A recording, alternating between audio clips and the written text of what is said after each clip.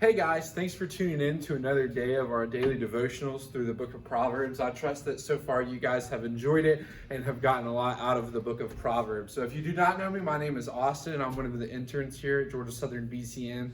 And so today I'm going to be going through chapters 9 and 10 of Proverbs and just giving you guys a brief overview of what we'll be looking at today.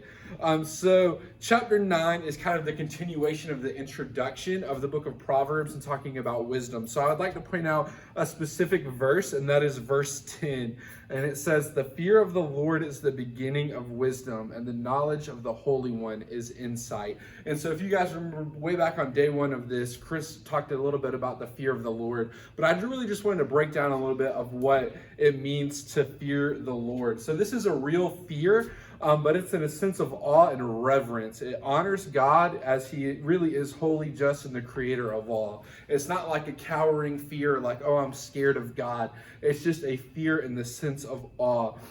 And it says the beginning of wisdom, right? So wisdom has to start someplace, and that is the recognition and honor of God, that he exists, that he is real, that he created everything, right? And so think about, for a toddler, the beginning of wisdom is the fear of mom and dad, right?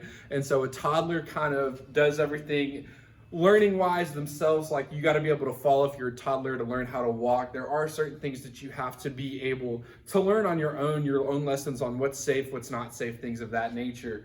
But for instance, like, a kid sticking a fork or a paper clip into an electrical outlet is not something typically that you want a toddler to learn on their own. So you have to take, when your parents get really upset and angry and they yell, "Don't do that," and they kind of fear you a little bit or scare you a little bit, and you fear them a little bit to not do that. That's one of those things, kind of like God, where you just have to fear the Lord in that way and trust in the Lord in that.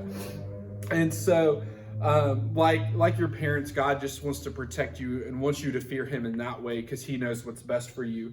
And so in chapter 10, you're going to see kind of a whole different theme to what we've seen in Proverbs before. So far, it's kind of been building on each other about wisdom. But starting in chapter 10 through chapter 22, you're going to see kind of just individual 2-line proverbs. So it's just like sayings that are wise and whatnot. And so it's just kind of going to look differently than it has in the past.